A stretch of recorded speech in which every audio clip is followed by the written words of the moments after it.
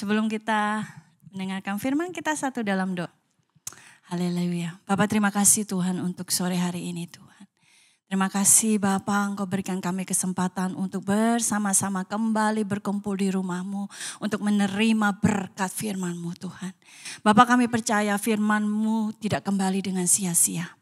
Tapi firman-Mu akan bertanam dalam kehidupan kami dan kami bisa memakai firman-Mu dalam kehidupan kami agar supaya kehidupan kami lebih berkenan lagi kepadamu. Terima kasih Bapa, urapi setiap daripada kami Tuhan dengan hikmat marifat daripadamu. Di dalam nama Tuhan Yesus Kristus kami siap menyambut firman-Mu. Haleluya. Amin. Amin. Haleluya. Seperti kita tahu bulan-bulan ini temanya walking in reconciliation. Walking. Dan ayat firman-Nya ada di 2 Korintus 5, 18 sampai 19. Kita mau baca-baca firman pedoman firman bulan ini. Yuk kita 1, 2, 3.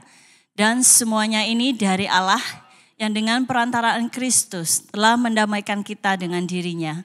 Dan yang telah mempercayakan pelayanan pendamaian itu kepada kami.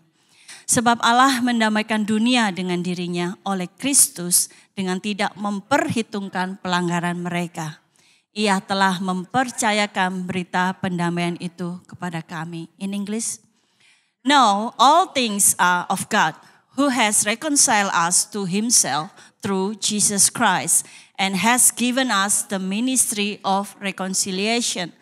That is, that God was in Christ, reconciling the world to himself, not imputing their trespasses to them, and has committed to use to the word of reconciliation. Amen. Amen. Sore hari ini saya mau sharingkan dan saya mau tekankan ke dalam pelayanan pendamaian. The ministry of reconciliation. Seperti kita tahu tadi Pak Arifin juga sudah sebut bahwa Prime Minister Israel mencoba untuk membuat terowongan, ya, sehingga dia nggak harus lewat ke Suez Canal, which is harus melewati Iran dan negara-negara Arab lainnya. Sejak perang Gaza terjadi, banyak sekali kapal-kapal yang membawa barang-barang kebutuhan itu diserang. Kalau kita belum tahu namanya Hezbollah, ya. Nah, ini Prime Minister Israel memiliki ide untuk membuat terowongan tersebut. Saat ini belum terlaksana. Kemudian kalau kita mengikuti berita-berita dunia, kemarin Perdana Menteri Israel Benjamin Netanyahu pergi ke Saudi Arabia. Dia mau menjalin hubungan dengan negara-negara Arab di sekitar Israel. Kalau kita nanti mungkin di rumah bisa cek, posisi Israel itu di tengah-tengah. Kecil sebenarnya. Diapit negara-negara yang lainnya yang semuanya itu tidak suka sama Israel. Ya. Kalau kita mengikuti lagi, saya suka dengerin news. Waktu Presiden Donald Trump terpilih menjadi Presiden Amerika, dia berusaha untuk menjadi penengah bagi perdamaian antara Rusia dan Ukraina. Kemudian dia juga datang, Prime Minister Netanyahu juga datang menemui Donald Trump. Apakah perdamaian itu sudah terjadi? Belum. Tapi kita mengapresiasi usaha mereka untuk agar supaya perdamaian itu bisa tercapai. Karena impact dari perang-perang yang terjadi saat ini enggak cuma menimpa negara-negara yang sedang berperang, tetapi negara lain pun di seluruh dunia ini terkena impactnya, terkena imbas dari peperangan itu. Jadi kita mengapresiasi tapi kita harus terus dukung dalam doa. Amin. Amin. Karena kita adalah anak-anak terang, ya. Anak-anak yang cinta damai, anak-anak yang enggak suka konflik, anak-anak yang enggak suka berantem-berantem. Jadi apapun usaha mereka yang mereka lakukan untuk mencapai agar supaya perdamaian itu terjadi, kita harus support. Amin. Jadi put in mind, kita dukung dalam doa, kita terus bawa dalam doa untuk kedamaian gak cuma Israel, tapi seluruh dunia. Amin. Amin. Oke, seperti yang kita lihat dari ayat 2 Korintus tadi. Dan kita sudah menerima banyak sekali pesan-pesan atau khotbah-khotbah dari Pak San, dari Pak Woy, dari Pak Benny juga bahwa rekonsiliasi adalah inisiatif dari Tuhan. Ada 3 poin. Kemudian rekonsiliasi itu yang adalah inisiatif dari Tuhan, Tuhan tidak memperhitungkan pelanggaran-pelanggaran kita. Kita balik sedikit ya. Kemudian pelayanan pendamaian, the ministry of reconciliation, itu siapa yang menjalankannya atau siapa yang melakukannya? Siapa kira-kira? Hah? Kita semuanya ini loh. Kita semuanya ini anak-anak Tuhan. Memiliki tugas dan tanggung jawab yang diberikan oleh Tuhan. Menjadikan kita sebagai pelayanan pendamaian. Atau kalau Pak San sebutnya minggu lalu di gereja pagi, the peacemaker. Not the trouble. Biasanya kalau anak-anak umur 3 tahun atau bocil-bocil itu biasanya ini troublemaker banget ya, ini nakal banget gitu ya, enggak ya. Nah, kita itu bukan troublemaker. Kita memiliki tugas, tanggung jawab dari Tuhan sebagai peacekeeper.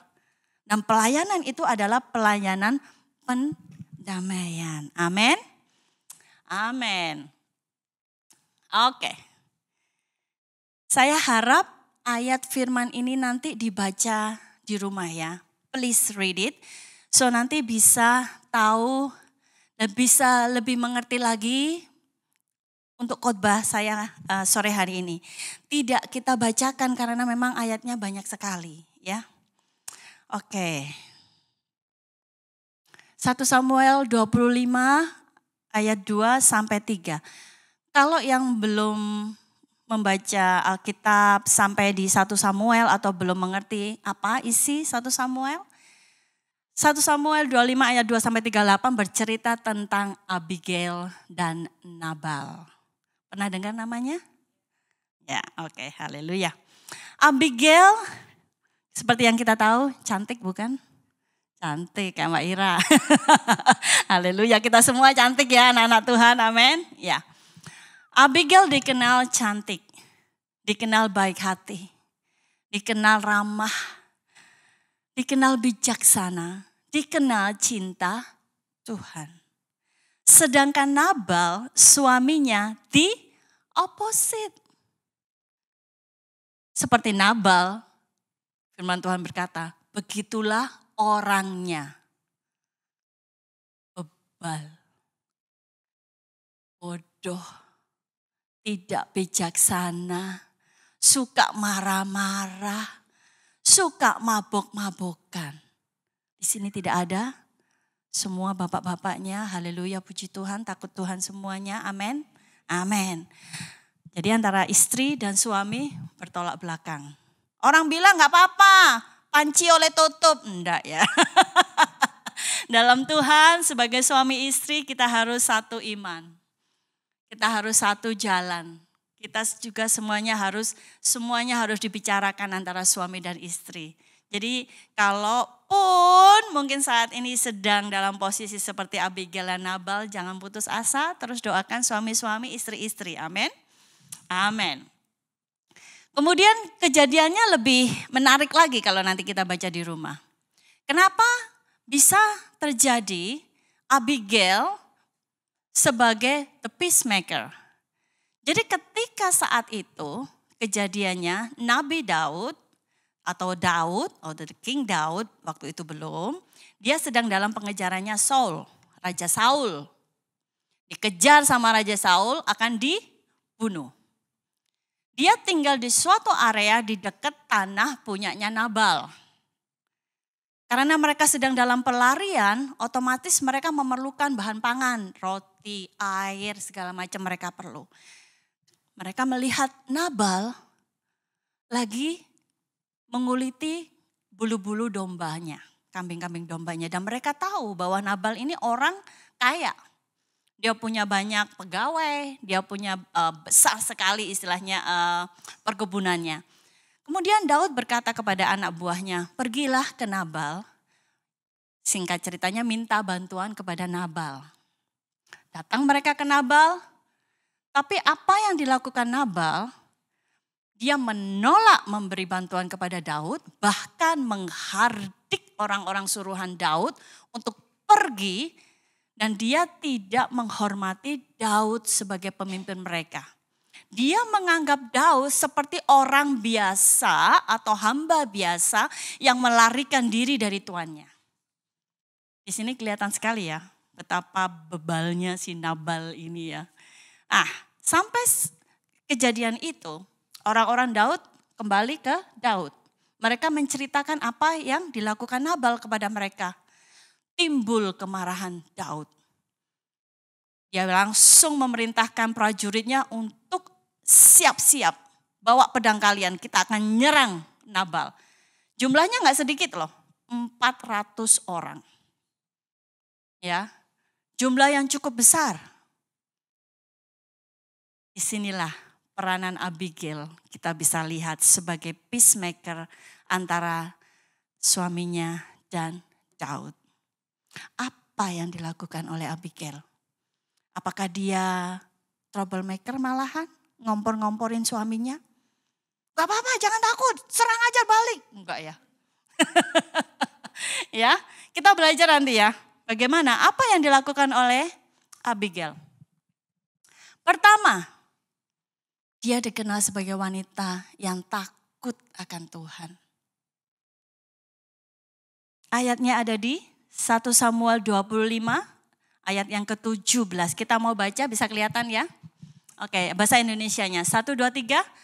Oleh sebab itu pikirkanlah dan pertimbangkanlah apa yang harus kau perbuat. Sebab telah diputuskan bahwa celaka akan didatangkan kepada Tuhan kita dan kepada seisi rumahnya. Dan ia seorang yang dursila sehingga orang tidak dapat berbicara dengan dia. In English, now therefore know and consider what you will do. For harm is determined against our master and against all his household. For he is such a scoundrel that one cannot speak to him. Pembicaraan ini terjadi antara Abigail dan salah satu bujangnya. Jadi ketika Nabal menghardik yang disuruh oleh Daud, dia melihat kejadian itu. Kemudian dia berpikir, waduh gawat nih. Lebih baik aku memberitahu ke tuanku, istri tuanku, yaitu Abigail. Ya, di sini dikatakan, oleh sebab itu pikirkanlah dan pertimbangkanlah. Abigail dikenal wanita yang cinta Tuhan. Dikenal wanita yang ramah. Dikenal wanita yang bijaksana. Itulah kenapa bujangnya Nabal atau bujang mereka pergi berbicara kepada Abigail. Karena dia tahu bagaimana sifat tuannya yang laki-laki dengan tuannya yang perempuan ini sangat bertolak belakang. Di sini dia selain memberikan warning atau peringatan akan apa yang Daud lakukan, tapi dia memohon agar supaya apa? Abigail mempertimbangkan. Istilahnya gini, nyonya, tolong dong pikirkan baik-baik nih. Apa yang harus kita lakukan? Sebagai anak-anak Tuhan, bukankah hal ini sering terjadi dalam kehidupan kita? Tuhan ajarkan kita tidak gerusa-gerusu. Bahasa Perancisnya. Tuhan nggak mau kita tuh terburu-buru. Sebelum mengambil keputusan, before you make any decision, ask God guidance. Minta tuntunan Tuhan. Tuhan, aku sedang menghadapi masalah seperti ini. What should I do? I have this problem. Firman Tuhan katakan apa? Nyatakan segala sesuatunya di hadapan Tuhan. Kita belajar. Abigail mendengarkan dengan empati. Kemudian dengan tenang dia memikirkan apa yang harus aku lakukan. Agar supaya celaka itu tidak menimpa suamiku dan rumah tanggaku. Rumah tangga pada saat itu dikatakan bahwa itu nggak cuma antara Nabal dan Abigail, tapi semua isi rumah termasuk budak-budak mereka, pekerja-pekerja mereka, semuanya terkena impact akibat dari perbuatan Nabal itu. Jadi mereka sebenarnya dalam situasi yang sangat-sangat gawat. Ya. Abigail waduh gimana ya, panik. No, dia tenang. Dia mendengarkan, kemudian dia meminta petunjuk Tuhan. Tuhan, apa yang aku harus lakukan? Ketika kita meminta petunjuk Tuhan, apakah Tuhan serta-merta memberikan kita petunjuk, this is what you have to do, this is what you need to do, bla bla bla? No. Sometimes no, sometimes yes. Itu adalah hak Tuhan. Ketika kita masuk ke hadirat Tuhan, kita datang dan kita minta tuntunan Tuhan, tapi bukan berarti kita menuntut Tuhan. Amin. Ya. Belajar sama-sama sore ini, amin. Amin. Kemudian yang kedua, Abigail tidak pasif, tapi dia aktif. Dia langsung berpikir, okay, first I'm gonna ask God guidance. Pertama aku akan minta Tuhan, tuntunan Tuhan. Yang kedua aku akan melakukan sesuatu. Ayatnya ada di 1 Samuel 25 ayat 18 sampai 19. Saya suka baca Alkitab, jadi kita baca sama-sama. 1, 2, 3. Lalu segeralah Abigail mengambil 200 roti, 2 buyung anggur, 5 domba yang telah diolah, 5 sukat bertih gandum, 100 buah kue kismis, dan 200 kue ara. Dimuatnyalah semuanya itu ke atas keledai. Lalu berkata kepada bujang-bujangnya, berjalanlah mendahului aku segera menyusul kamu. Tetapi Nabal suaminya tidak diberitahunya. In English, then Abigail made haste and took 200 loaves of bread, 2 skins of wine, 5 sheep already dressed, 5 seahs of roasted grain, 100 clusters of raisins, and 200 cakes of figs, and loaded them on donkeys. And she said to her servants, go before me. See, I'm coming after you. But she didn't tell her husband Nabal. Kira-kira ada yang tahu kenapa dia nggak kasih tahu suaminya? Ibu-ibu di sini ada yang menyimpan rahasiman dari suaminya? Pasti ada ya. Pasti ada ya. Belum tentu setiap daripada kita bisa 100% terbuka sama suami kita atau suami terbuka sama istri. Depend on the situation. Situasi yang sedang gawat, yang sedang genting ini, Abigail berpikir, oke, mereka datang ke suamiku, mereka minta bantuan. Aku akan memberikan ini. 200 loaf of bread. Sedikit apa banyak? Banyak. Kemudian apa? Anggur. Kemudian apa? 5 domba yang sudah diolah jadi gulai kambing, ya kan? Kemudian Lukas suka berkat gandum. 100 buah kue kismis, banyak sekali. Dan kue ara. Bikin 1 kue aja udah seharian, apalagi 100, 200 loh. Kalau di Indonesia banyak pegawai kita bisa panggil, kita bisa bantu tetangga kanan kiri, ya kan? Tapi kalau di sini, siapa mau bantuin kita? Kalaupun ada kita harus bayar mahal, bayarnya per jam, ya. Tapi ini langsung, Abigail gerak cepat loh. Mungkin dia langsung ke dapur kali ya. Bilang sama pembantu-pembantunya di dapur, oke, lu bikin ini. Oke, kamu siapkan ini. Kemudian naikkan semuanya ke keledai. You go first, I'll follow you. Wow. Can you imagine kita di posisinya Abigail? Bisa bayangkan gak? Kita banyak cucian aja udah bingung. Atau gini, what's for dinner? I don't know what to cook for dinner. Ya. Ini loh. She did 200 blah blah blah. So many things she prepared to bring to David. But she come She look for solution what she can do. And she courageous. Dia nggak takut. She's not scared. Waktu saya baru pindah ke sini itu saya luar biasanya depressed. Karena apa? Biasa kita di Indo, kita punya asisten pembantu rumah tangga, betul? Begitu kita pindah di sini, semuanya kita kerjain sendiri. Saya bilang sama suami saya, aku pulang lagi aja ke Indo. Kamu di sini, aku pulang, kata suami saya. That's not gonna work. Kenapa?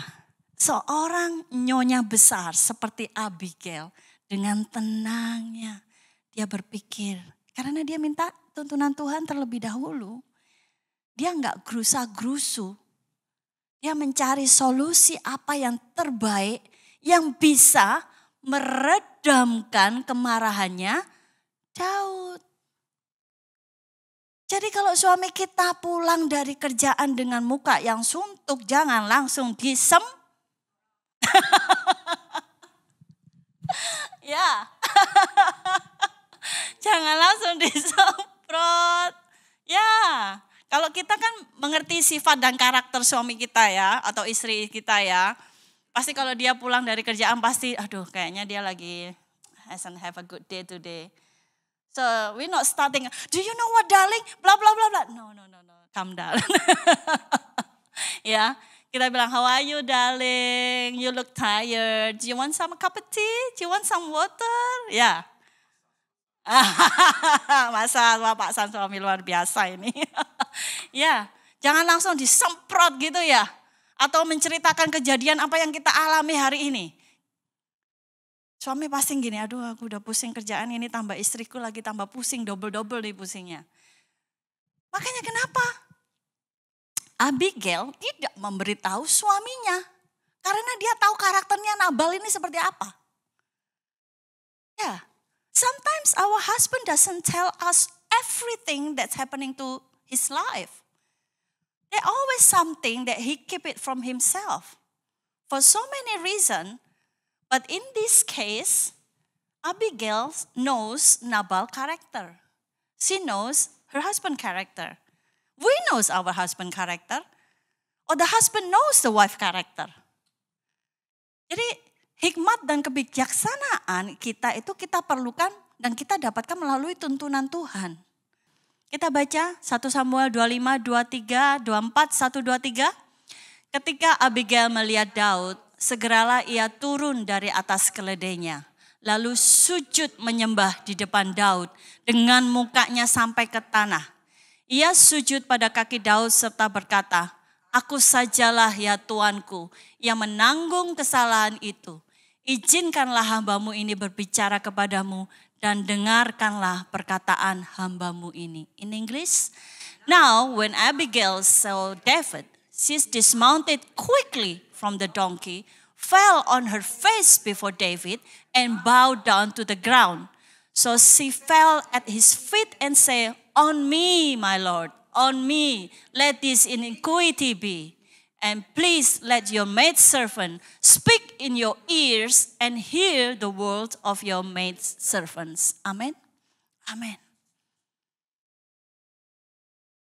Abigail datang dan ketika dia melihat Daud, langsung dia turun dari atas keledainya, sujud menyembah ke tanah.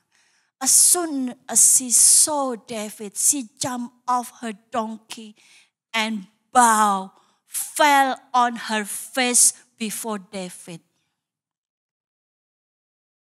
Dalam kehidupan kita mungkin kita belum pernah mengalami atau harus melakukan hal seperti Abigail lakukan. Tetapi dalam kehidupan kita, dalam kehidupan bersuami istri, dalam pekerjaan, dalam berteman, kerendahan hati itu juga diperlukan. Kita, sorry to say ya, jangan sombong dengan apa yang kita punya. Semuanya itu cuma pemberian dari Tuhan, amin. Amin. Bisa lenyap seketika bisa. Abigail mengerti bagaimana cara berbicara dan datang dengan kerendahan hati. Dia datang, dia sujud pada kaki Daud dan berkata, "Aku saja Tuanku." She take the blame to herself. Agar supaya Daud tidak menjadi marah. Agar supaya konflik tidak terjadi. She said, she take on herself, on me my Lord, on me let this iniquity be. For who? Untuk siapa? For herself? No. For the sake of her husband. For the sake of her household. Dia memikirkan banyak orang, gak cuma untuk dirinya sendiri. Bapak Ibu, apakah ketika dia pergi menemui Daud, dia sudah mengerti bagaimana reaksi Daud? Enggak. Daud bukan orang sembarangan seperti yang kita sudah ketahui. Dia bisa saja menolak untuk ketemu dengan Abigail. Bisa. Dia bisa saja membunuh Abigail. Bisa. Saya percaya ketika Daud juga melihat Abigail, Abigail melihat Daud, di situ Tuhan bekerja. Amin. Amin. Ketika kita datang dengan kerendahan hati di hadirat Tuhan, apakah Tuhan tidak merasa kasihan kepada kita atau memberikan kasihnya kepada kita? Pasti Tuhan beri. Tuhan kita adalah Tuhan yang pengasih, pemaaf, penyayang, yang maha segalanya. Amin. Amin. Ketika kita datang di hadirat Tuhan, hati Tuhan itu sudah, ya. Ketika Abigail datang dan berbicara seperti itu. Coba sekarang kalau misalnya kita sebagai peacekeeper atau pendamai bagi Tuhan, kita menjadi mediator antara dua orang mungkin yang sedang berkonflik. Dan ketika kita datang ke salah satu mungkin, kita bicara, udahlah gak usah marah sama dia. Kalau kamu marah sama dia, udahlah marahnya sama aku aja. Menurut Bapak Ibu bagaimana reaksi teman yang kita ajak bicara tadi? Pastinya dia bilang, enggak lah, gak usah lah. Orang dia yang salah kok, bukan kamu kok. Pasti seperti itu ya. Ya kan? Nah ini Raja Daud, ketika dia mendengar perkataan Abigail ini, pasti dia bilang, wow, ini perempuan atau wanita ini luar biasa loh. Dengan beraninya dia datang. Ya. Tapi ketika dia dengar perkataannya Abigail, dia pasti lihat, okay, I give you a chance. I give you time, I listen to you. Daud memberikan Abigail kesempatan untuk menyatakan segala isi hatinya kepada Daud. Yang keempat, Abigail berkomitmen untuk menjadi mediator atau pelaku kedamaian antara Nabal dan Daud. Ya, dia berkomitmen. Dia enggak pergi ke Daud, kemudian di tengah jalan dia pikir, udahlah kayaknya enggak usah deh. Balik kucing aja, make a U-turn aja. Enggak ya. Dia tetap persisten pergi sampai dia dapat menemui Daud. Kadang dalam kehidupan kita terjadi enggak kita make a U-turn? Bisa. Karena apa? Kita ragu-ragu. Can I do it? Maybe not. Maybe I'm not good enough for that job. Maybe I'm not smart enough. Maybe my degree is not enough for that position. Bisa terjadi. Tapi ketika yang pertama kali dilakukan oleh Abigail, dia bersandar sama Tuhan. Tuhan kasih dia petunjuk.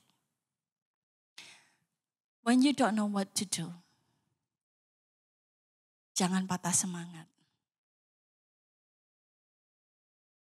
Go to the Lord and ask His guidance. Pray for Him. Say whatever you have in your heart to Him.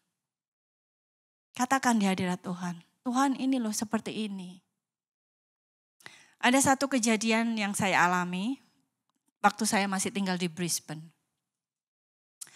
Saya itu suka sama pecah belah. Piring, gelas, hal-hal seperti itulah ya. I like the Chinaware. Di Bali itu ada satu pembuat pecah belah yang terkenal sekali, namanya Jenggala. Ya, I love that product. Aku suka banget ke sana. Setiap kali ke Bali selalu harus ke sana. Ya. Kemudian suatu waktu karena saya sudah ngumpulin dikit-dikit ya, kan karena nggak bisa bawa banyak juga setiap kali ke Bali, beli mungkin 1-2, not many. One day I went there ke Bali and I make decision I want to buy the whole set. Saya pikir udahlah sekalian, jadi nggak bolak-balik ke situ ya. Kemudian saya belilah, saya pilih ini. Oke, kemudian saya tanya gimana ngirimnya? How you gonna send it to Australia? Oh, we're gonna put in the crate. We used to sending our Chinaware overseas. Jadi mereka udah biasa ngepack pecah belah seperti itu ya. Dan memang benar, nggak ada yang pecah satupun waktu sampai ke Brisbane. Oke, semuanya oke sudah. Saya sudah nyampe Brisbane, itu barang masih kira-kira 4 weeks or 5 weeks karena harus naik kapal laut ya. Kemudian ketika mereka barangnya itu udah sampai di port, saya dapat telepon dari Bea Cukai di Brisbane. Dia bilang, ma'am, your goods is here. You can come and collect the good. Saya bilang, oke, saya datang ke sana sama suami. Kemudian saya bilang, oke, saya mau ambil ini. I got the email, bla bla bla. Terus mereka bilang, not that easy. You have to go to this other building in the other department. Bilang, kenapa? Kan semuanya udah dibayar semua ya. Ternyata karena barangnya itu lumayan banyak, mereka berpikiran itu untuk bisnis. Not private. Jadi kalau untuk bisnis saya harus bayar cukai atau tax. Ya. Saya bilang, this is not for business, this is for my own household, this is for private. No. Dia bilang, so, they said, so you cannot take your goods now, kamu gak bisa ambil itu sekarang. You have to settle it, you have to go to the other department. Oh my goodness. Saya bilang, ini gara-gara piring. Ya, tapi ya memang seperti itu birokrasi di sini ya. Jadi saya pikir, aduh, kata suami saya, next time don't buy plate from Bali, bla bla bla. My fault darling, I'm sorry. Gitu ya. Saya bingung karena apa? Mereka ngecat saya itu hampir waktu itu lama banget sudah ya, waktu saya masih di Brisbane. Satu hari itu $70.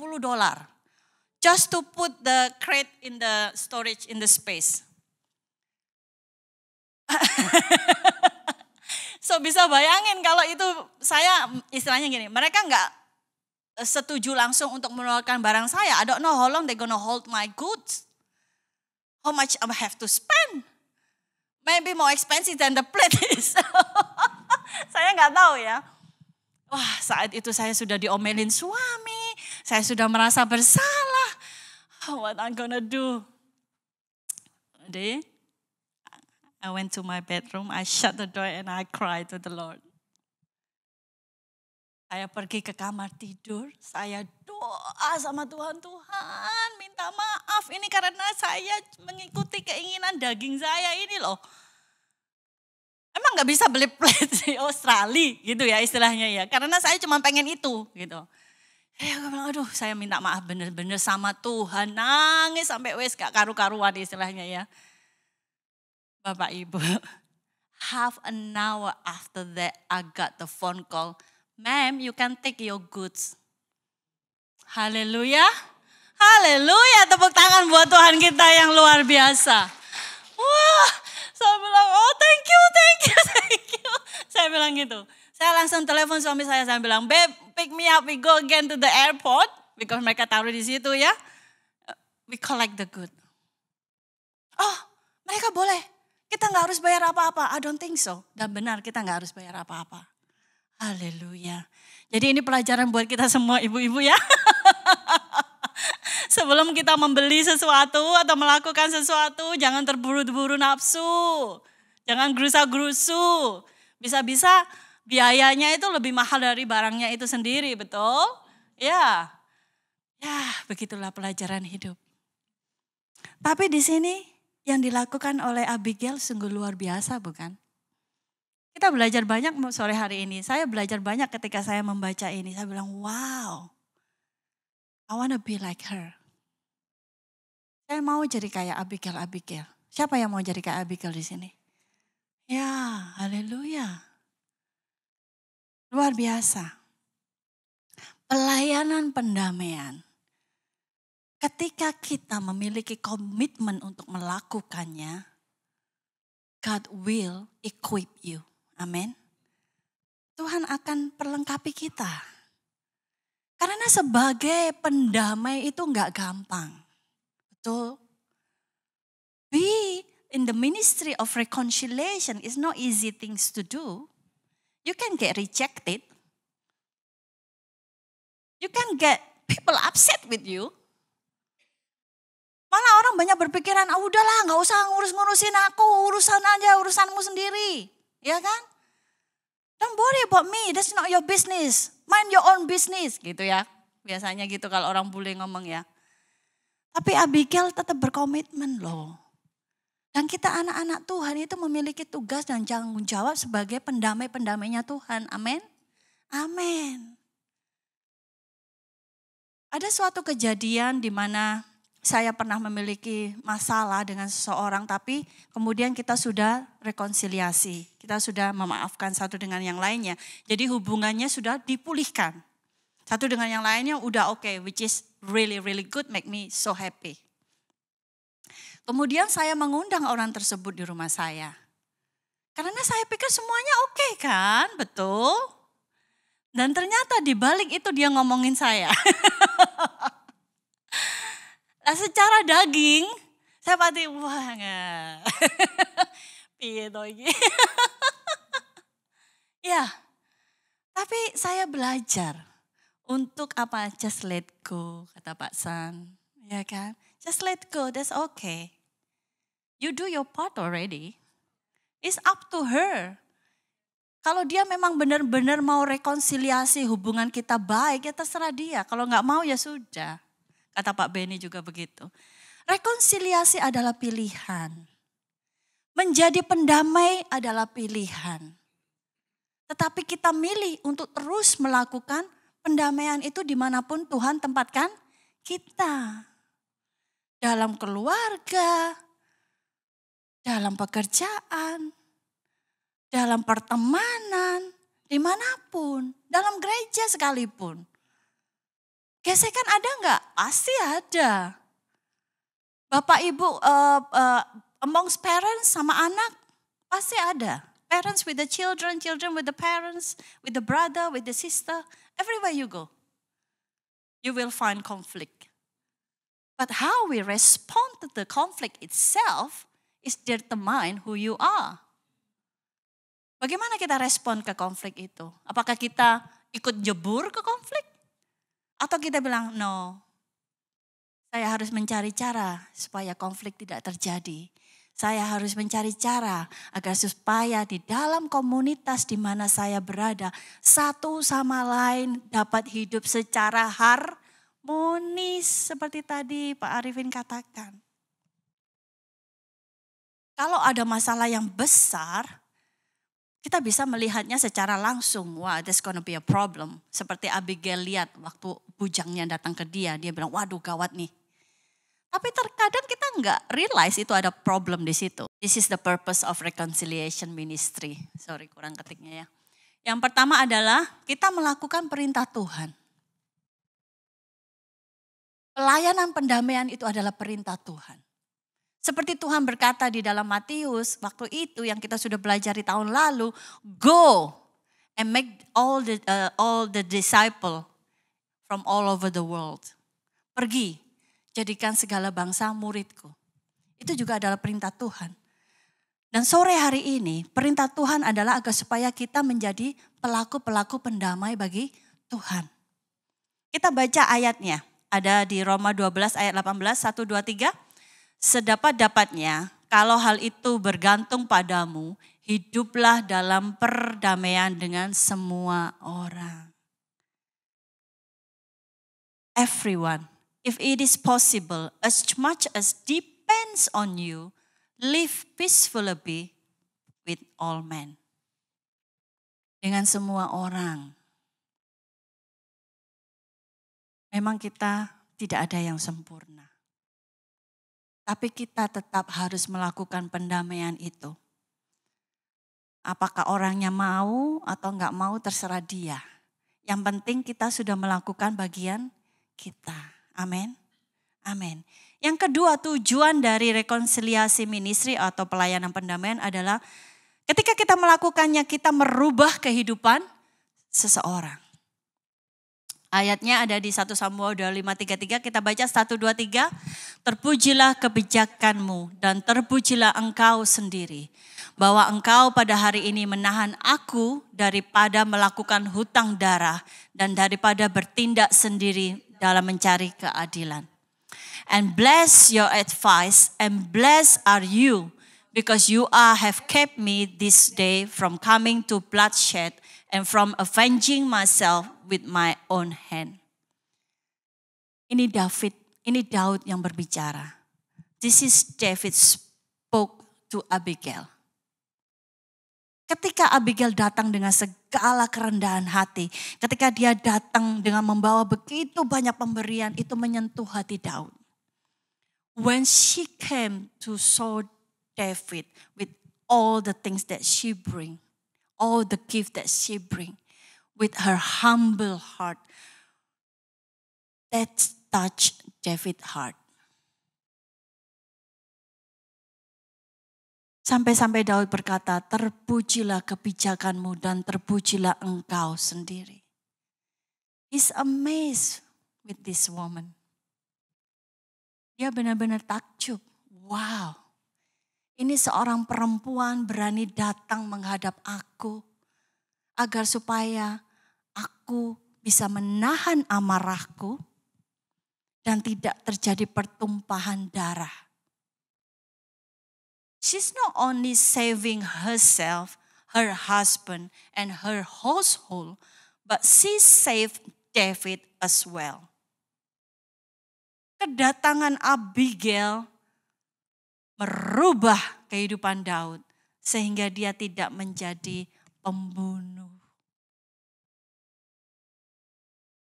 Abigail changed David. Because when she came, David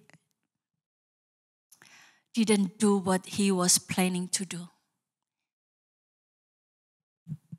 You stopped me from avenging myself and the bloodshed.